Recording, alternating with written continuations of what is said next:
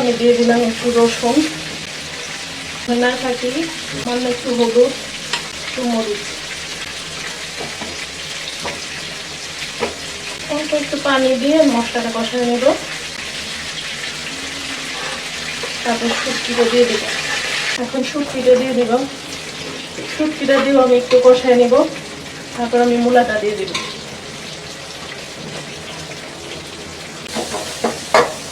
এখন আমি মূলাটা দিয়ে দিব।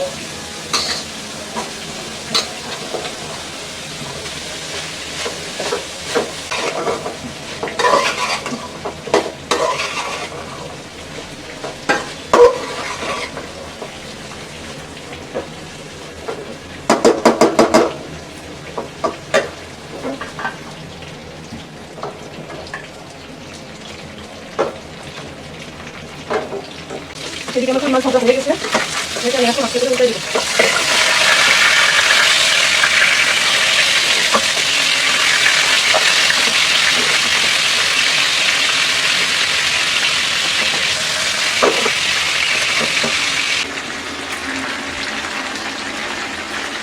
অনেকগুলি মাছ একসাথে দিলে উল্টাইতে একটু সমস্যা হয়, আবার অল্প অল্প দিলে সময় বেশি লাগে।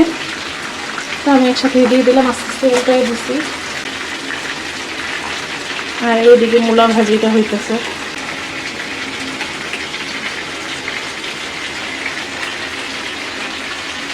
মাছ ভাজা হয়ে গেছে, এখন আমি মাছটা উঠাই নিব।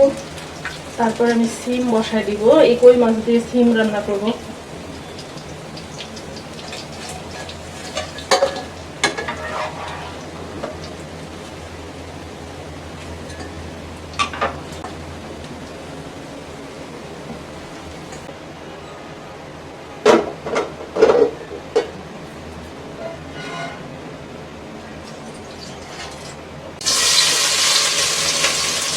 সিমের জন্য পেঁয়াজ দিয়ে দিলাম।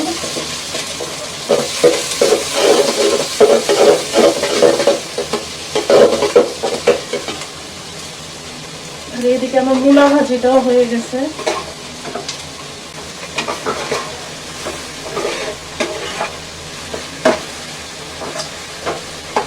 আজকে কাঁচামরিচ নাই, এর জন্য আমি কাঁচামরিচ দিতে পারতেছি না। মূলা ভাজিতে কাঁচামরিচ দিতে হইতো, সিমেও লাগতো, কিন্তু ঘরে নাই, যার কারণে আমি দিলাম না।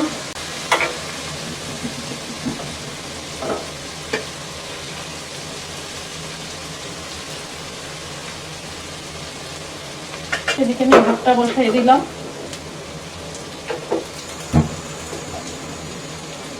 এক চুলায় ভাত হতে থাকবে, আরেক চুলায় কই মাছ দিয়েছি।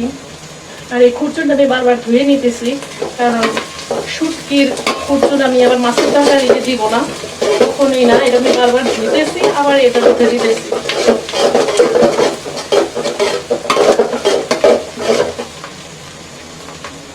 পেঁয়াজটা একটু ভাজা ভাজা হোক। পেঁয়াজটা একদম ভাজা ভাজা হয়ে গেছে, একদম পারফেক্ট। আমি দিয়ে দিলাম একটু রসুন বাটা, মরিচের গুঁড়া, হলুদ, ধনিয়ার গুঁড়া, লবণ। লবণটা আমার দিতে মনেই থাকে না।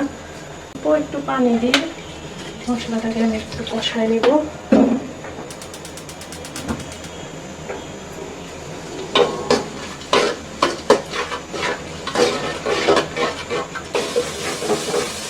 এই যে মশলাটা আমি খুব ভালোভাবে কষাই দিলাম। এখন আমি সিম দিয়ে দেবো। মশলাটা খুব ভালোভাবে কষাই নিলাম, এখন আমি সিমটা দিয়ে দেবো।